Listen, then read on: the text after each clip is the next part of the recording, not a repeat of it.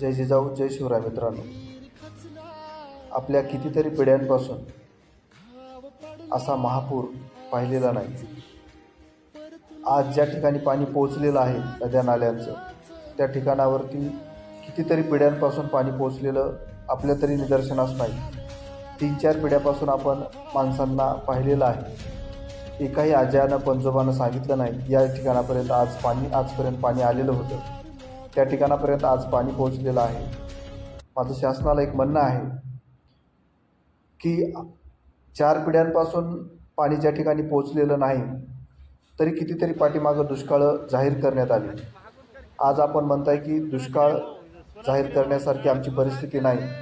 मग शेतकऱ्यांवरती कोणते दिवस आल्याच्या नंतर तुम्ही ओला दुष्काळ जाहीर करणार आहात? मला शेतकऱ्यांना असं सांगावंसं वाटतंय की आपण जर आपल्या शेतातला ज्या ठिकाणचा गाळ वाहून गेला आहे त्या ठिकाणी जर 4-4 गांजाची झाडं लावली, तर हे शासन गांजाची झाडं लावलीत म्हणून तरी आपल्या शेतामध्ये पाहायला येईल आणि त्यांना ते दिसेल की आपला गाळ आणि माती किती वाहून गेलेली आहे आणि खालचा खडक उघडा पडलेला आहे. इथून पुढं 100 वर्ष तरी आपल्याला त्या ठिकाणावरती पीक व्यवस्थितरित्या उगवता येणार नाही.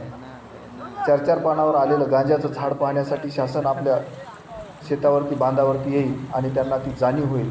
म्हणून मला असं वाटतं की आपण आपल्या शेतामध्ये जिथं गाळ वाहून गेला त्या ठिकाणी गांजाची झाडं लावली पाहिजे. आपलं काय मत आहे ते कमेंट करून सांगा. जय हिंद, जय महाराष्ट्र.